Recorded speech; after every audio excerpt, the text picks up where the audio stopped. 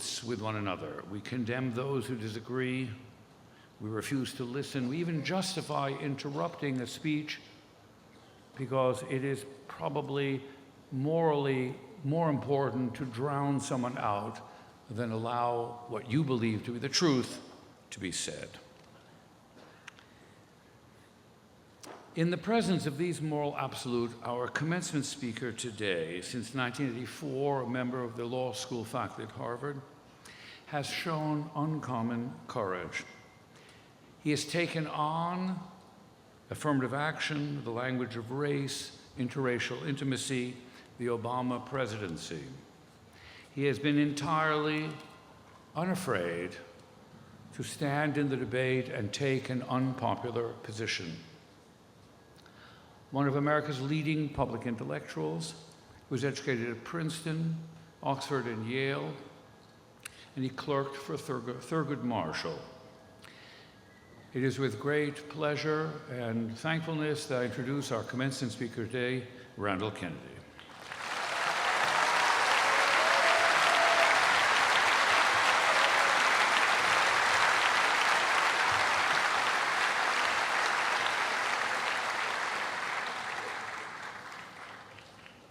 Thank you very much. Being invited to be the commencement speaker at Bard College is a great honor. It is also a daunting assignment. Bard is an extraordinary institution. So, I've done my homework. I've been watching commencement talks and discerned a familiar form. There are usually a few jokes, and then lots of personal stories, often about the speaker's difficult childhood, perhaps an indifferent parent, and then, after some failures, eventual triumph. If the speaker is black, the formula often includes an up-from-slavery scenario involving references to the suffering of the speaker's parents under the Jim Crow regime. Well, y'all ain't getting that from me. At least not today. What I am going to do here instead is celebrate what Bard does that is singular. Bard is led by an evangelist for the humanities and the fine arts who insists that the kind of education offered here is the most useful education in the world. In his words, it's the kind of education that actually allows you to live with yourself over time. President Leon Botstein is an eminent scholar who insists on teaching freshman seminar. He is also an internationally recognized conductor who rehearses with student musicians unto the wee hours. He is an orchestra unto himself. Then there are the Bard students.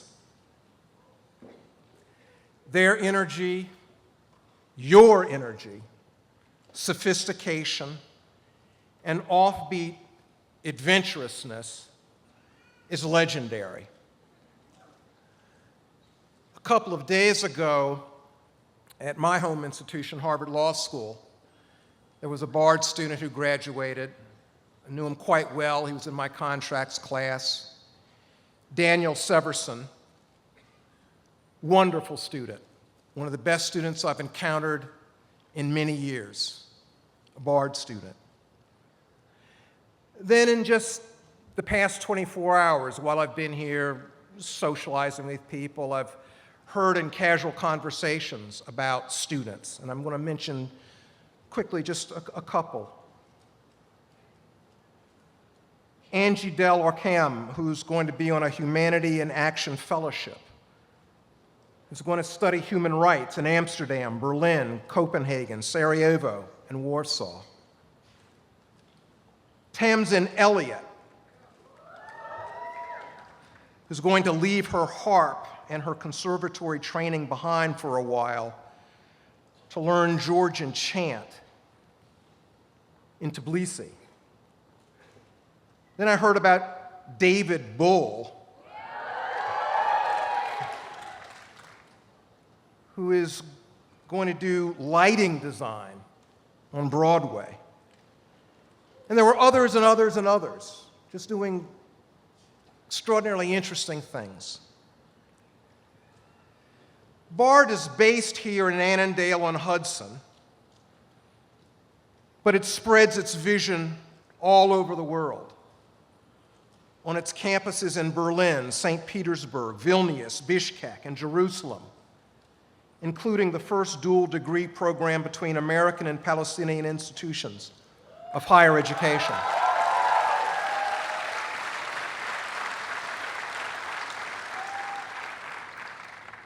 The Hannah Arendt Center for Politics and Humanities convenes major symposia. The Clemente course in the humanities was recognized by President Obama. It provides impoverished participants with accredited level instruction in a variety of disciplines at no cost. The BARD Early College Initiative, which has far-flung outposts across the country, offers high schoolers a rigorous tuition-free college course of study. All of these programs reflect the distinctive spirit of BARD. One that does so with a special vividness is the BARD Prison Initiative.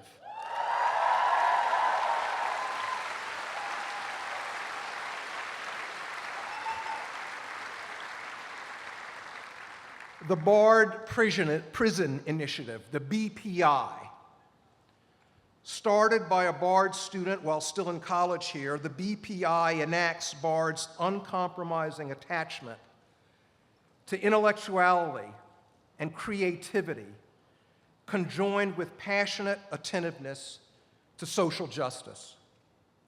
The BPI offers college instruction to men and women in 6 prisons in New York.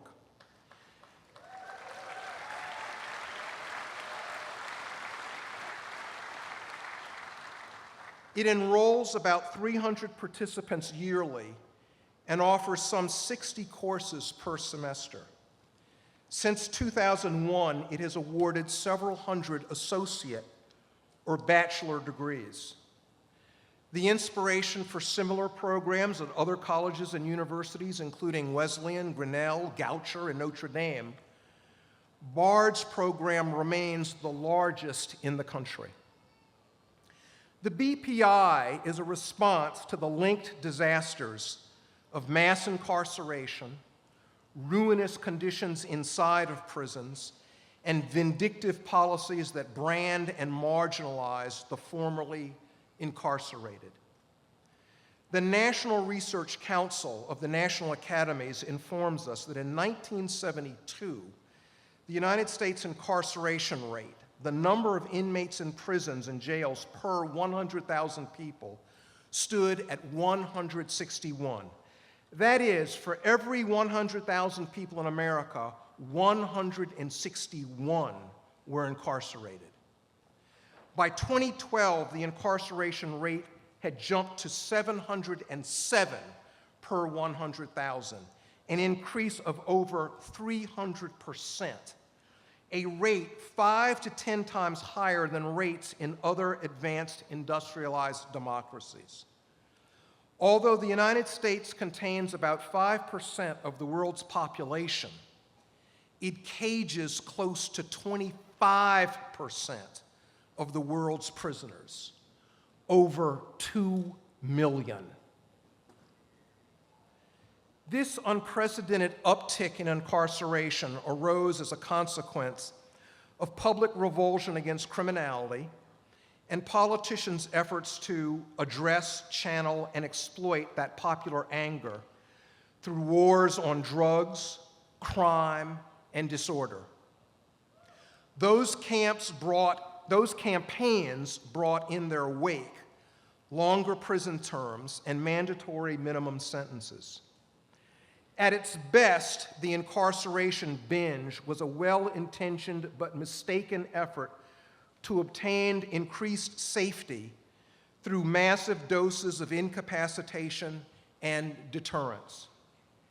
At its worst, the incarceration binge was a disguised reaction against the social advances of the 1960s, a pernicious way of stigmatizing, marginalizing, and controlling populations perceived to be threatening, especially populations of young, poor men of color. The BPI brings into the dismal environs of the penitentiary the enthralling possibilities of higher education. It holds the inmates to high standards. To be eligible for admission, one must have earned a high school degree or its equivalent. BARD, moreover, accepts only about 1 in 10 applicants, just as it does here on the Annandale campus. Those who enroll take courses of the same depth and difficulty offered here to the regular students. The results have been striking. No commencement exercises anywhere are more moving than the BPI commencement exercises held at the Eastern, Woodbourne, Fishkill, Greenhaven, Coxsackie, and Taconic correctional facilities. You can see excerpts on the BARD website. They are absolutely riveting. They reveal men and women who have bested prison's mind-numbing, time-slowing, soul-sapping boredom, who have overcome countless discouraging inconveniences, who have defeated the self-betraying suspicion that they are no good and can never become better. In February of this year, the New York Times lauded the BPI, noting that the recidivism rate for inmates who participated in the program was 4%, while those who earned degrees was 2.5%. By contrast, the recidivism rate for the general population of inmates is about 40%. Lowering recidivism rates saves the public money. Imprisoning people is expensive. New Yorkers pay about $60,000 per inmate per year. The fiscal effects of decreasing rates of recidivism are thus quite substantial.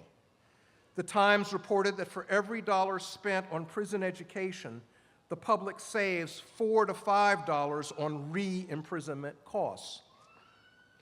The BPI and kindred programs, however, face opposition. The most politically influential line of criticism goes like this. It is wrong for felons to receive excellent college instruction at no financial cost to themselves, while law-abiding people have to pay, or even worse, go without higher education. The potency of this attack is evident. In 1994, the federal government eliminated all state and federal inmate eligibility for Pell Grants. States have also cut back on resources that made higher education accessible to inmates. In 2014, Governor Andrew Cuomo proposed setting aside a mere $1 million to finance inmate college education in a state prison budget of $2.8 billion. He withdrew his proposal when it was attacked as a slap in the face to taxpayers. In online responses to articles about the BPI, one finds numerous iterations of this sentiment. As one reader remarked, it is a very hard sell. It's very hard to sell a free college education for prisoners when such is anything but free for those who have committed no crimes. How should we At Bard, believers in the education of the soul respond. First, we need to argue that it is a bad state of affairs for any applicant to college to be prevented from attending merely because of his or her household's financial incapacity.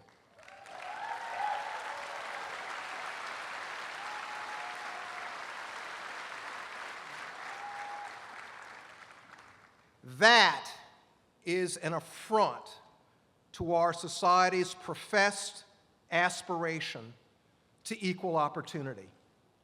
It contradicts our claimed repudiation of aristocracy. We should say to the detractors that they are wrong in using the plight of needy, non-incarcerated people to stymie efforts to provide relief to those who are incarcerated. Some who do this never voice any concern about needy people except when they are attacking social generosity.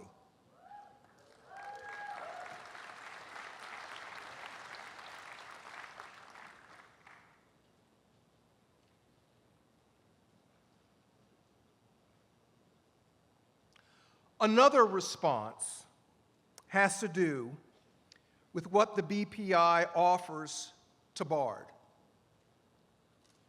The BPI offers proof that there is real joy in learning for learning's sake. A few days ago, I was talking with a Bard professor about the BPI. This gentleman is a tough cookie, a hard-boiled realist, an intense, exacting intellectual. He told me that when he has taught behind the locked iron gates of prison, he has had no better feeling as an academic. BPI, in other words, involves an exchange. Teachers give to students, but students give to teachers as well. Bard is helping those prisoners, but those prisoners are helping Bard too.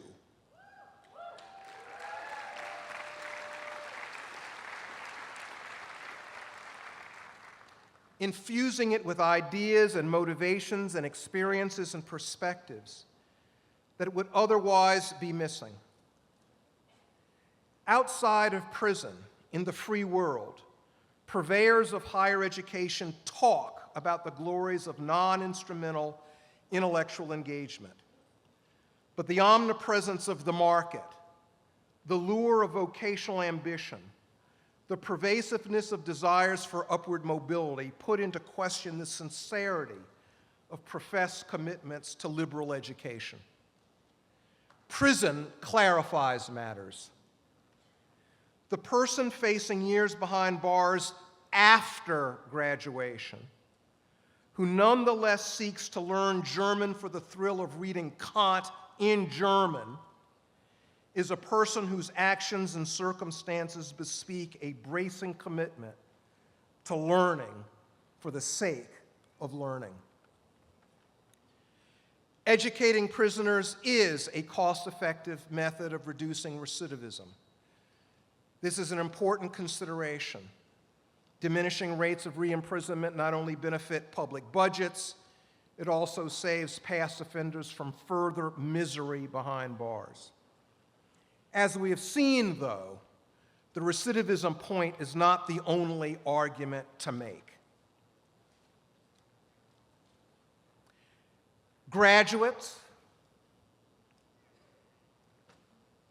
you were lucky to have been able to attend Bard. Your president is a visionary. Your deans are accomplished computer scientists, cellists, and philosophers.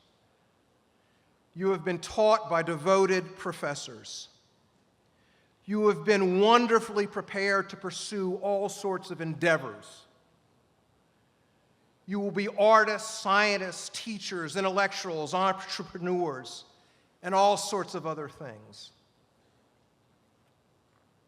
I hope that you will engage yourselves in activities that allow you to continue to conjoin intellectuality in the pursuit of social justice. Max Kenner has. He is the former Bard student who founded the BPI and now directs the project. Stephen Tremaine has. He is the former Bard student who founded a Bard early college program in New Orleans. I hope that you will be blessed to find work that is similarly noble and sustaining. I look forward very much to reading about your contributions in the months, years, decades to come. Class of 2016, congratulations and good luck. Thank you.